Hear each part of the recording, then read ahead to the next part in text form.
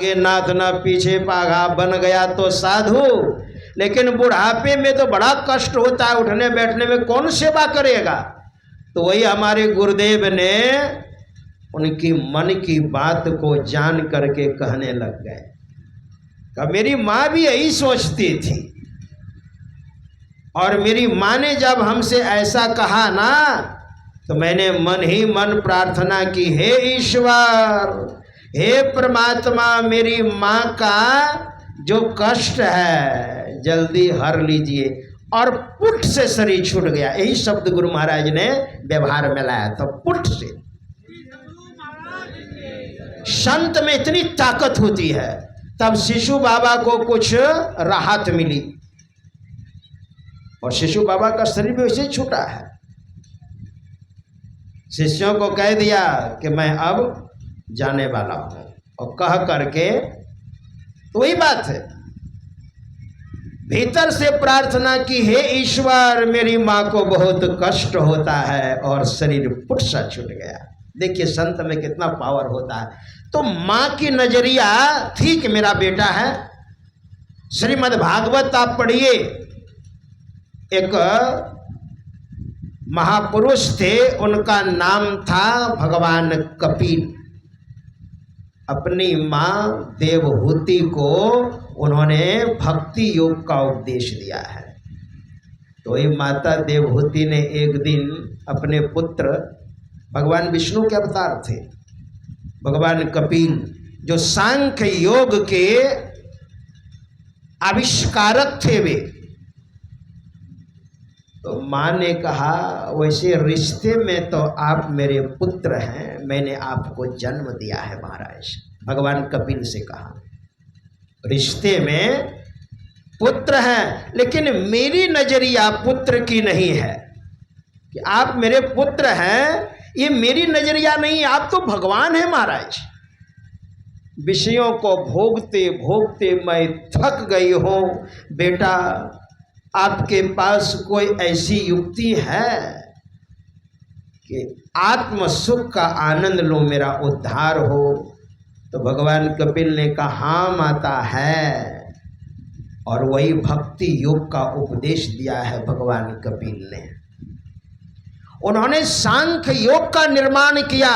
सांख्य योग का मतलब आत्मा की अमरता और शरीर की नश्वरता का जहाँ वर्णन है, जैसे श्रीमद् भगवद गीता है, द्वितीय अध्याय को सांख्य योग कहा है, और भगवान श्री कृष्ण ने अर्जुन को सांख्य योग का उपदेश दिया है। जातस्य ही ध्रुव मृत्युर ध्रुवम जन्म मृतस्य च।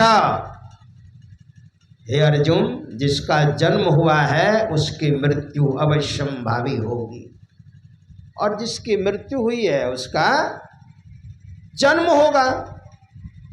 परिहार येर थे न तुम सोची तुम अर्हसी, तो तुम चिंता क्यों कर रहे हो फिर।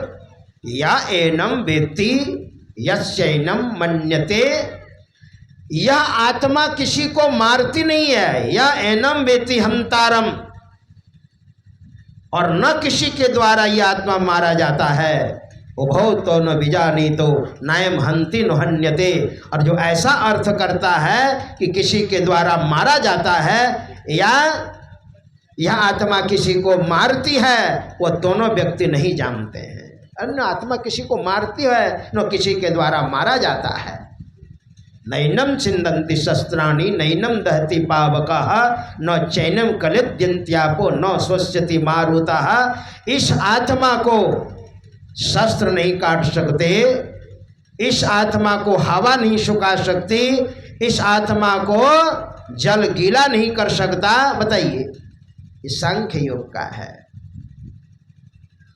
वासंत जीर्णानि यथा विहाय नवानि गृह्णाति नरोपराणि तथा शरीरानि विहाय जीर्णान यन्यानि संयाति नवानि देहि। जैसे पुराने पुराने वस्त्र को लोग छोड़ करके, त्याग करके और नए नए वस्त्र को ग्रहण कर लेते हैं, वैसे जीवात्मा जब बहुत देख लेती है कि अब ये शरीर पुराना हो गया, उसको छोड़ करके कर्म के अनुसार फिर नया शरीर धारण करती है। सांख्य योग का है। तो भगवान कपिल सांख्य योग के आविष्कारक थे, लेकिन भक्ति से ही मुक्ति होगी, इसलिए भक्ति योग का उपदेश माँ को दिया है। माता जी पहले आसन लगाइए आप। भगवान कपिल ने क्या कहा? पहले आसन लगाइए। शुचौ देशे प्रतिष्ठाप्य, पहले पवित्र स्थान में बैठ जाइए।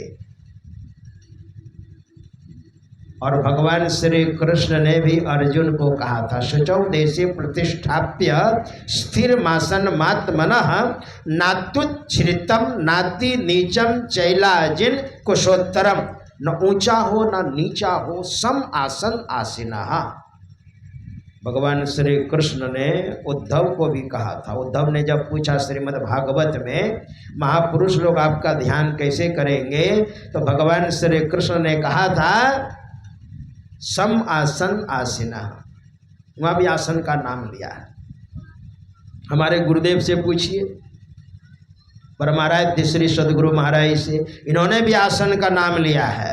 धरकर मस्तक सीध साधी आसन आसीना, और बैठी के चखमुख मुनि इष्ट मानस जब ध्याना, प्रेम नेम सो करत करत मन शुद्ध हो, अरे हारे में ही अब आगे को कहो सुनो दे चित्त सौ। जहाँ जहाँ मन भगी जाए ताहि तह तह से तत्क्षण फेरी फेर ले आई, लगाइए ध्येय में आपन, ऐसे ही करी प्रतिहार धारणा धारण करी के, अरे हारे में ही और वो आगे बढ़िए चढ़िए धर धारा धरी के।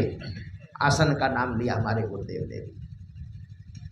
तो भगवान कपिल ने कहा माता जी पहले बैठ जाइए, और तब आसन बताने के बाद का साधना इस तरह से कीजिए।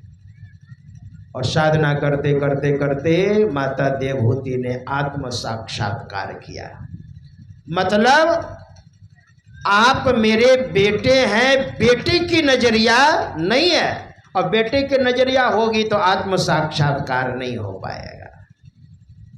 वही भोले बाबा से ब्रह्मा जी पूछ रहे हैं। ब्रह्मा जी ने जब इस तरह से जिज्ञासा की ना, तो भोले बाबा ने सोचा मेरे पितामह बड़े महान हैं, ऐसे सोचे होंगे ना। अब बेटा के सामने में जिज्ञासा करने आए हैं। जिज्ञासा का मतलब क्या होता है? छोटे लोग बड़े लोगों से जब कुछ जानना चाहे उसको जिज्ञासा बोलते हैं। आप बड़े महात्मा से पूछने जाएंगे ना कोई चीज, तो क्या कहिएगा? प्रश्न करने आया हूं। नहीं नहीं नहीं नहीं, क्या कहिएगा? जिज्ञासा करने आया हूं। और बड़े लोग छोटे से पूछे उसको कहते हैं प्रश्न।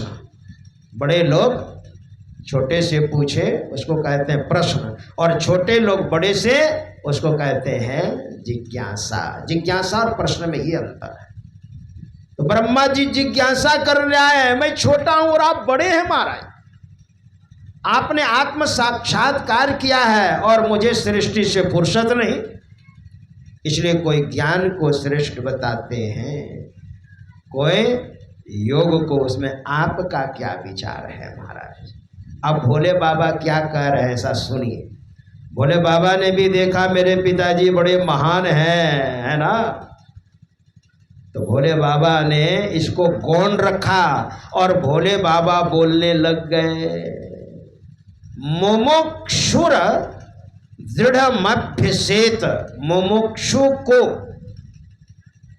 दृढ़ता पूर्वक, अब मुमुक्षु किसको कहते हैं? मुमुक्षुर दृढ़मभ्यसेत, मुमुक्षु को दृढ़ता पूर्वक मजबूती के साथ तस्माज ज्ञानं च। भोले बाबा ने क्या कहा सुनिए। मुमुक्षु का अर्थ होता है आत्म साक्षात कार्य की भावना। भोले बाबा के अवतार भगवान शंकराचार्य हुए, आदि शंकराचार्य, जो दक्षिण भारत में आए, केरल में, दक्षिण भारत केरल में कलाडी गांव में एक दाम्पत्य जीवन में यानी भोले बाबा के माता पिता ध्यान कर रहे थे, और जब ध्यान करते करते मानस ध्यान जब सिद्ध हो गया, तो मानस ध्यान जब सिद्ध होगा तो इष्ट देव से बातचीत भी होगी। तो इष्ट देव भोले बाबा ने कहा क्या चाहिए आपको? कहा आपकी तरह ही पुत्र चाहिए। कहा ठीक है, अनेक चाहिए कि एक? कहा अनेक अगर मांग रहे हैं तो अपने दूत भूत को भेज दूंगा, है ना, और एक चाहिए तो मैं आऊँगा। अच्छा, दूत भूत को भेजूंगा तो बड़ी लंबी उम्र होगी, बड़े उच्छृंखल होंगे, बड़े उदंड होंगे, बड़े नालायक होंगे और लंबी उम्र होगी। और एक पुत्र चाहिए तो कम उम्र होगी लेकिन बड़े गुणवान होंगे, बड़े सदाचारी होंगे, समाज को कल्याण करने वाले होंगे। दोनों में दुख है कि नहीं? गुणवान हो और कम उम्र, और उदंड हो और लंबी उम्र, तो दोनों में दुख है कि नहीं? महाराज सोच करके विचार करके कहा एक ही पुत्र चाहिए हमको। तब ऐसी बात है तो भोले बाबा ने कहा तब मैं खुद आऊंगा। वही भोले बाबा दाम्पत्य जीवन में आए, और बाद में उनकी जब बहुत ख्याति हो गई, मात्र 16 वर्ष समय लेकर के आए और 8 वर्ष की अवस्था में संन्यास ले लिया। तो आदि शंकराचार्य, बाकी उनकी गद्दी पर जो बैठे उनको भी शंकराचार्य कहा जाता है, लेकिन आदि शंकराचार्य, उन्होंने विवेक चूड़ामणि में बड़ा सुंदर कहा है। उनके 4 मुख्य शिष्य हुए, पद्मपाद, हस्तमालक, सुरेश्वराचार्य, तोटकाचार्य। तो शिष्यों ने जिज्ञासा की, गुरुदेव आत्म साक्षात्कार कैसे होगा? तो पहले तो ज्ञान बताया, है ना, और जो ज्ञान बताया उस ग्रंथ का नाम है प्रश्नोत्तरी। जो ज्ञान बताया, महाराज आप देखिए भोले बाबा के अवतार हैं और मनुष्य शरीर में आकर उन्होंने ज्ञान अपने शिष्यों के माध्यम से हम आप लोगों को दिया। हमारे गुरुदेव ने शंकराचार्य को संत की श्रेणी में लिया है। हम लोग डेली गाते हैं, शंकर रामानंद धन्य अघारी। रामानंद तो संत कबीर साहब के गुरु महाराज थे, और शंकर शंकराचार्य, संत की श्रेणी में लिया है उनको। तो पद्मपाद, हस्तमालक, सुरेश्वराचार्य, तोटकाचार्य, इन शिष्यों ने जिज्ञासा की, गुरुदेव ज्ञान हम सीखना चाहते हैं। क्या सीखना चाहते बोलो? तो भगवान शंकराचार्य ने बताया। शिष्यों ने क्या जिज्ञासा की? अपार संसार समुद्र मध्य सम्मज्जतो में शरणम किमस्ति। गुरुदेव हम इस संसार में, इसको भवसागर कहा है, हम इस संसार में झकोले खा रहे हैं, थपेड़े खा रहे हैं, काम क्रोध लोभ मोह मद मात्सर्य ईर्ष्या द्वेष में हम यहाँ पर डूबे जा रहे हैं, हमारी अधोगति हो रही है। तो गुरुदेव मुझे डूबते हुए का आश्रय क्या, अवलंब क्या, आधार क्या है? तो भगवान शंकराचार्य ने क्या कहा सुनिए, देखिए ज्ञान देखिए। तस्माद् ज्ञानं च, ब्रह्मा जी को जो ज्ञान दिया है, हम लोग अभी बैठे, ये ज्ञान पहले आपको चाहिए। तस्माद् ज्ञानं च, तब का योगं च। ज्ञान होगा ही नहीं तो योग कहाँ से होगा? ज्ञान सीखिएगा ही नहीं, भजन भेद लीजिएगा ही नहीं, और भजन भेद के पहले बहुत मंथन की आवश्यकता है। महापुरुषों के समीप बैठकर बहुत ज्ञान चाहिए आपको, तब निर्णय होगा। सार कार्य को निर्णय करके, हमारे गुरुदेव ने कहा है ना, महर्षि में पदावली पढ़िए। सार कार्य को निर्णय करके धर चेतन धारा। सत्संग में क्या होता है? निर्णय होता है। बहुत सत्संग कीजिएगा तो निर्णय होने लग जाएगा और आपका जो विचार है वो निर्णायक हो जाएगा। फिर निष्कर्ष पर पहुंच जाइएगा और निष्कर्ष पर जब पहुंच जाइएगा तो कार्यान्वित हो जाइएगा। कार्य करने के लिए आप उत्सुक हो जाइएगा। जैसे कि आप घर बनाते हैं तो पहले निर्णय हो जाता है ना, इतनी गिट्टी लगेगी, इतना सीमेंट लगेगा, इतना बालू लगेगा, इतना छड़ लगेगा, इतना मिस्त्री में, इतना लेबर में, इतना मुंशी ले लेगा, तब जो है ढलाई हो करके मकान बढ़िया बन जाएगा। फिर टाइल्स लगाना है, पुट्टी वगैरह सब कुछ करना है। उसी हिसाब से फिर आप काम में लग जाते हैं और सोचा न विचारा और काम में आप लग गए तो अधूरा रहेगा। फिर ये बाबा जहाँ रहते हैं, रहते कहाँ हैं? वो तो अभी बना भी नहीं है, वो तो थौल तक भी नहीं गया है ना। लेकिन वो छोटा सा बना है, एड्रेस वहीं का इनका है, ठीक है। लेकिन वहाँ पर कब से बन रहा है? हमारा आश्रम उसी के बगल में है, फिर 35 सरमारी में है ना। हम तो 2 तल्ला बना दिए गुरु की कृपा से। शुरू कर दिया, कोई 1 बोरा सीमेंट दिया है, कोई 11 रुपया दक्षिणा दिया है। क्या होगा उससे? किसी ने कहा कि हम छत दे देंगे और छत वाला दुनिया से अलविदा हो गया। पूछने जाइए वहाँ से, बैकुंठ में है चाहे नरक में है। अब छत तो बाद में ना होगी, पहले दीवार होगी। क्या निष्कर्ष पर नहीं पहुँचेंगे और काम शुरू कर देंगे तो यही गड़बड़ी होती है।